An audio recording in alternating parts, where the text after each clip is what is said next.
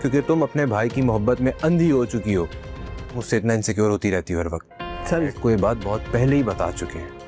पर राहिल, मैं तुमसे क्यों छुपाऊंगी? वक्त ही बताएगा कि कौन सही है और कौन गलत। जिंदगी मैंने उस औरत को सिर्फ गलत साबित करने में गुजार दिया, मुझे अपने ही मुंह की खानी पड़ी है। अब वक्त आ गया है। एक बात मेरी ना याद रखना, तुम मेरी बहन में कोई कमी नहीं है।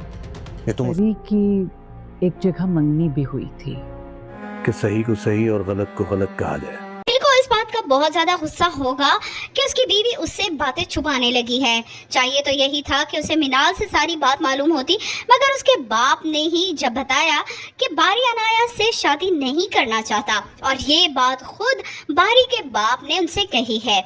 उसे इस बात का गुस्सा है कि उसके चचा ने तो पहले उसके बाप को बता दिया, मगर उसकी बीवी उससे ये बात छुपाती रही और सिर्फ अपने भाई की मोहब्बत में। यहाँ पर मिनाल रो रो कर कहेगी कि ऐसा कुछ भी नहीं था, लेकिन राहिल उसकी किसी बात पर यकीन नहीं करेगा, बल्कि उसे ये कहेगा कि वो उसकी बहन से हमेशा इनसिक्योर होती रहती है।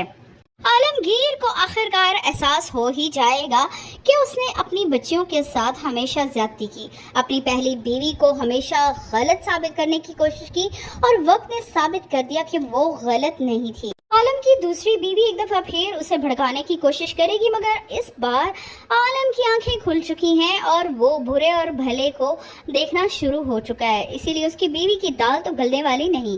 बारी जैसे ही दादी के पास जाएगा तो दादी उसे बताएगी कि परीक्षे की पहले भी मंगनी हो चुकी थी और वो मंगनी टूट चुकी थी। बारी को इस बात से कोई भी फर्क नहीं पड़ता, वो परीक्षे के साथ शादी करना चाहता है और परीक्षे के माजी को वो बिल्कुल भी नहीं देखना चाहता। उसे लगता है कि जो गुजर गया सो गुजर गया। परीक्षे एक बहुत ही अच्छी और सुलझी हुई लड़की है।